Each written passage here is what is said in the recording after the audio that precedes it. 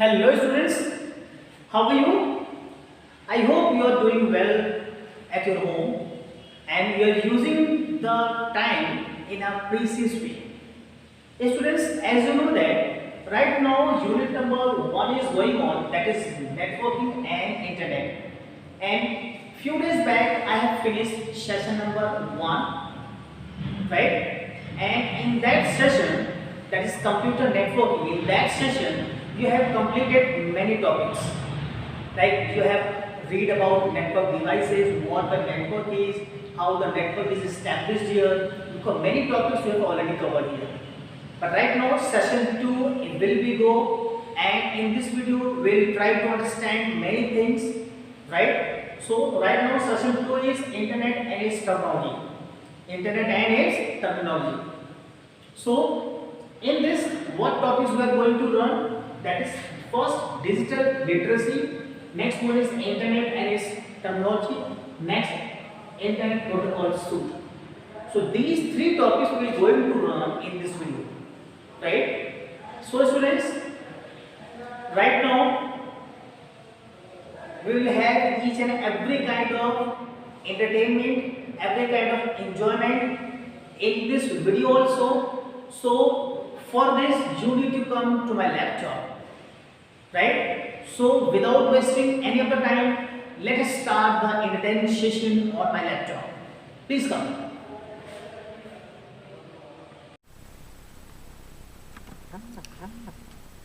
Hello students. Now I am going to start today's session. The today's session is internet and its terminology. In this session we are going to learn two topics. First, digital literacy, and second one is internet services. Okay, so let's come to the next slide to more. Okay, so right now the first topic is digital literacy. Okay, so what is the meaning of literacy? Literacy means, in Hindi you can say saksharta, means the thing which is related to education. So digital literacy means just you are going to upgrade the knowledge and awareness of the people. You are whatever the knowledge you are having about the technology, you are sharing the knowledge to the other of the person. If the person is not knowing about the hardware, software, some how to use some of the gadgets, electronic gadgets, okay, you are just creating some kind of awareness, some kind of sharing the knowledge to the other person. If the person is familiar that how to use the particular software, how to use the particular hardware, okay, how to use the internet, this will create one kind of awareness, upgraded awareness, right? So this kind of knowledge must be shared to the other person so that they can use this kind of information in a constructive way, in an efficient way, right? Now with this, coming to the next slide. So students, this kind of digital literacy is very much necessary in India also. Okay, you are taking the education with the help of internet. You are increasing the literacy digitally. Okay, you are taking the help of technology. Okay, right now the major impact of digital literacy is shown in the education sector. Many other sectors are there, like e-commerce, healthcare, social networking, tourism, many other sectors are there. But especially if we talk about the education, it means that the educators, the learners face benefited a lot, right? So when you want to do any kind of online course, then you are able to search with the help of any of the technology, and that technology give one kind of MOOC. MOOC means MOOC, means massive open online courses, means this kind of courses is open for all. Okay, no boundaries are there, no time limit is there, no any kind of space is required for that. At any time, anywhere you can start your learning. So digital literacy is giving this kind of facility to all the persons, right?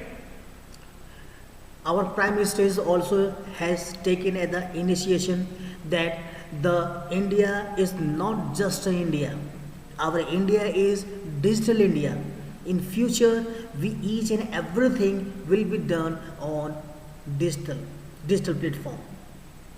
Okay. Now coming to the next slide. So students, now I'm coming to the that is topic number 2, that is internet services. So there various internet services are there, like if you talk about the email, it is also internet service, social networking, e-commerce, e-learning, video conferencing, virtual meeting, webinars. Okay, each and everything are come under internet services. Okay, so internet services are, though you can say, are one kind of applications. Internet services are the one kind of application. That applications are hosted on a server, right? And that server is connected with the network. Okay, once it is connected with the network, then it is giving the services to you, right? So in this session, we are able to understand about 4 topics, that is email, file transfer, remote login, and World Wide Web, www. Okay, let's come to the email. So as you know that email is the one kind of facility, okay, where you can just send your messages to the other person in a quick succession of time. Okay, you can write a message on electronic mode, and that electronic content will be sent to the other of the persons.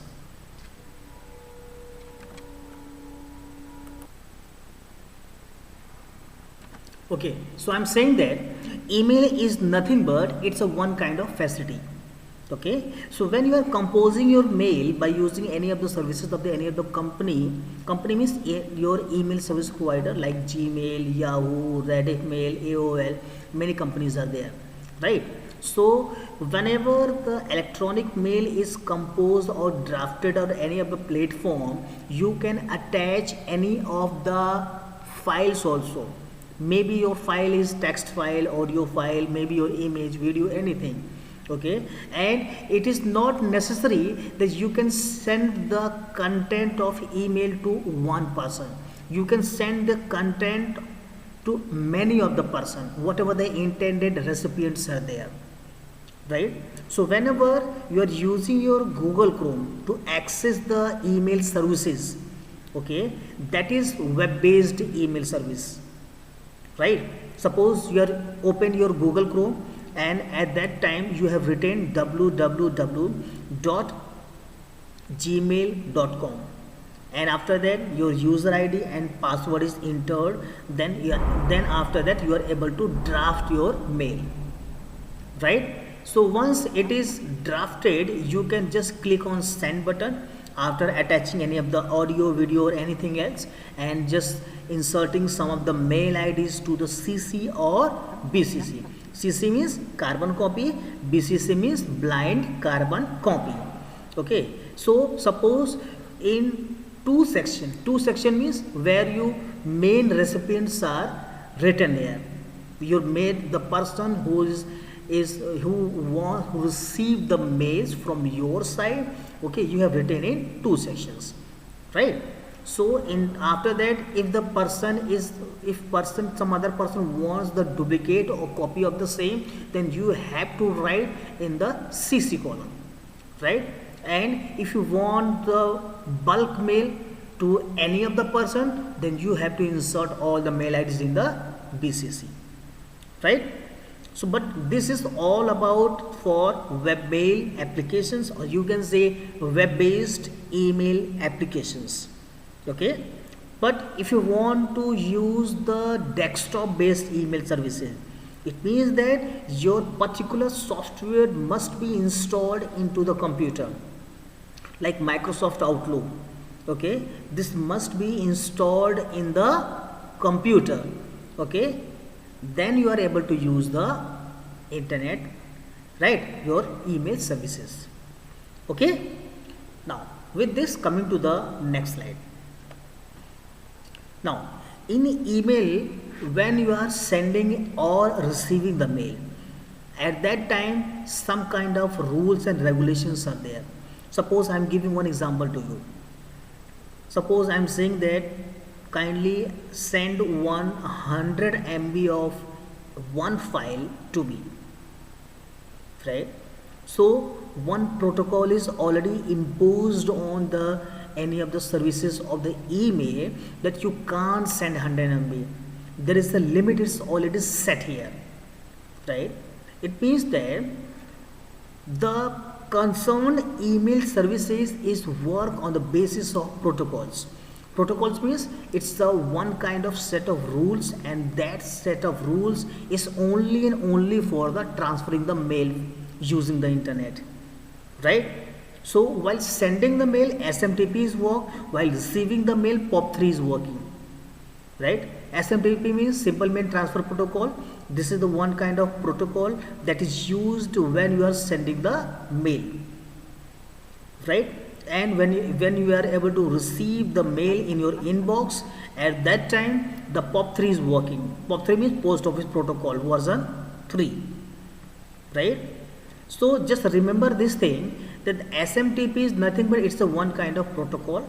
Protocol means rules or regulations, right? POP3 is also a one kind of protocol. Okay, so please remember here 3 points: what is protocol, what is SMTP, and what is POP3, and where it is used for, right? Let's come to the next slide. So in the next slide, we are going to understand about file transfer. It means that you are trying to transfer one file from one machine to the another, and at that time the one protocol is using, that is FTP, file transfer protocol. Suppose one LAN is there. Out of that LAN, one become the host means server, your server, and rest become client. Okay, so at that time the particular file is transferred from one system to another. This, it is possible with the help of only one protocol, that is FTP, right? And whatever the network you have set at that time, that network is the one kind of you can say a TCP based network. Transfer control means you are just trying to send the file from one place to another. That's why your network is based on TCP protocol, means your TCP network. Okay, and at that time the protocol is using, that is FTP. Okay, so just remember, whatever the server is there, okay, and server having a lots of client, like the server may be located globally or locally, that different thing, but that server having a many of the clients, okay, and maybe the client having the permissions to upload or download the files, okay, but this is happened only and only with the permission of server, right? Now let's come to the next slide. Now it's time to understand about next thing, and the next thing is your remote login. Okay, next thing is remote login. So right now, if you talk about the remote login, it means that when a particular server or particular system is located at different place. Suppose I am residing at this place. Where? At, suppose you have taken Jaunpur.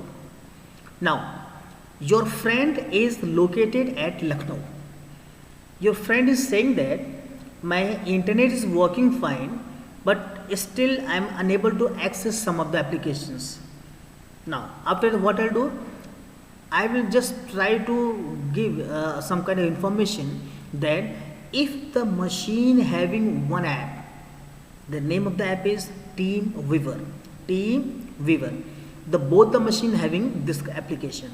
So at that time, if the machines is the network is working fine, then I will just take the remote of that system. Remote means I will use the IP address of that particular system, and then I will use at my location, and immediately that system will come on my network, and I can able to see his screen, what is happening at that time, right? So now you can say, if same thing is happening on the server, suppose I am sitting at Jaunpur and my server is located at Lucknow, right? So right now some of the important data is residing at the server end, okay, and I just want it at any cost. So what I'll do here, I will just use the telnet command, and after using the telnet command, I will access the server remotely, and whatever the application I want to run, I will run it, and whatever the patches I want to run, I will also run, right? So it means that telnet is one terminal is connected with different terminal using telnet command, okay? So it is totally based on client server applications, right? And that allows that one system can be accessed remotely, right? So with this, I am coming to the next slide. So when the user want to initiate the remote login, means he wants the particular system remotely, at that time the user must know about the IP address or username or the password, right? And once the successful login is done, then the user able to see his screen, what the contents are able to have in that particular machine, right? So telnet service is often used for accessing the particular system, accessing the data remotely, okay, with the use of host. If you want to execute some of the applications, you can use it. Okay, so overall the conclusion is, if you want to connect one terminal to another, okay, this will done with the help of telnet only, right? A telnet is the one kind of internet services, and that internet services giving the one kind of permission to access your machine, access your services which is located at any other place, right? Now with this, I am coming to the next slide. So students, now it's time to understand about next thing, that is World Wide Web. So World Wide Web is the one kind of collection of information. That collection of information is resided at a different machines, and that different machines is connected with the internet, and each and every machine is linked with each other. Okay, so www is the one kind of, you can say, collection of information. Okay, and this information is resided in the particular in the many of the machines, and once the machine is having the internet connection, then anybody can access it. Likewise, let me give one example here. Suppose you have opened your Google account, okay, and you want to search something in it, means whatever the things you are trying to search, that thing must be accessible, okay, if the particular computer having this kind of data what you are searching. कहने का मतलब क्या हुआ कि जो चीज़ आप search कर रहे हैं आप, वो चीज़ आपको किसी न किसी कंप्यूटर में आपको मिलेगा, और हर कंप्यूटर कहीं ना कहीं किसी न किसी तरीके से कनेक्टेड है वो, ओके, इसलिए आपको जल्दी से जल्दी वो डेटा आपको मिल जाता है, right? So this is all about your www. Let's come to our next thing, that is web page. Web page is nothing but it's a one kind of, you can say, a document, a page that is available on the internet with all the relevant information. May the information related to any of the text, any of the content, any of the pic, any of the audio, video, anything. Means web page can contain anything. Okay, maybe you can jump from one web page to another. Okay, this will happen with the help of hyperlink. Okay, if you click on one link, then it will jump to the another. Okay, that particular link is called hyperlink, right? If anybody asks you what is website, then you can say that website is nothing but it's a collection of web pages. If anybody asks you what is home page, then you can say the first page of the website is known as home page, right? Suppose anybody asks you what is URL, then you can say uniform resource locator, right? Uniform resource locator.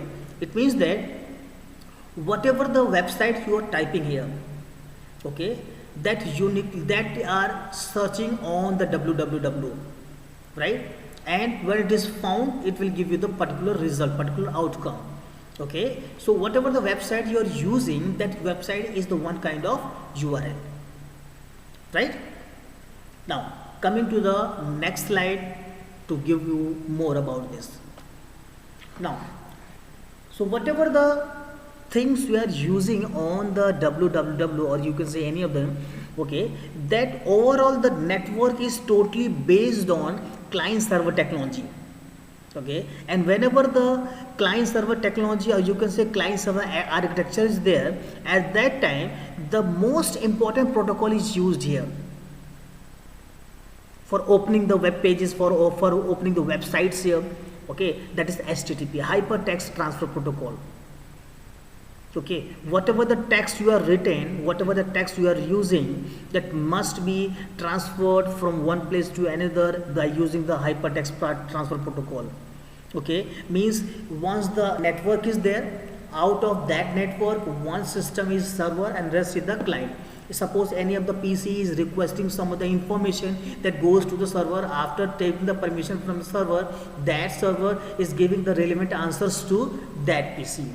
Okay, but at that time the whole process is following with the one protocol, that is HTTP. Okay, so once you are asking about what is HTTP nothing but it's a one kind of protocol that is used in www while giving the outcome, giving the result after requesting from the client side, right? Now once the client is received the information from the server side, the feedback is given to the sender also. I mean to say, I am the sender, you are the receiver. If I am requesting something to you, and after that you are giving the response to me, okay, so then I have to confirm whether I am receiving the your response or not. Then I have to give the feedback to our destination also, our receiver end also, right? So this is all about your www, right? Now coming to the next slide. So students, I hope you have enjoyed a lot in this session, and in this session you have learned about digital literacy and different internet services are there. And one more thing I just want to tell you here, that the internet services, many more internet services are there. Like if you are using your e-commerce, there is also an internet service. E-banking, electronic banking, that you are saying the online banking, it is also one kind of example of internet services. Okay, e-learning is also one kind of internet services. So many kinds of examples are there, but right now in the previous slides only given the information about 4 things, right? So 4 kind of internet services I have explained in this session. Okay students, so whatever the queries you have, just send it to me. I will try to resolve as early as possible, right? So keep enjoying and keep doing the hard work.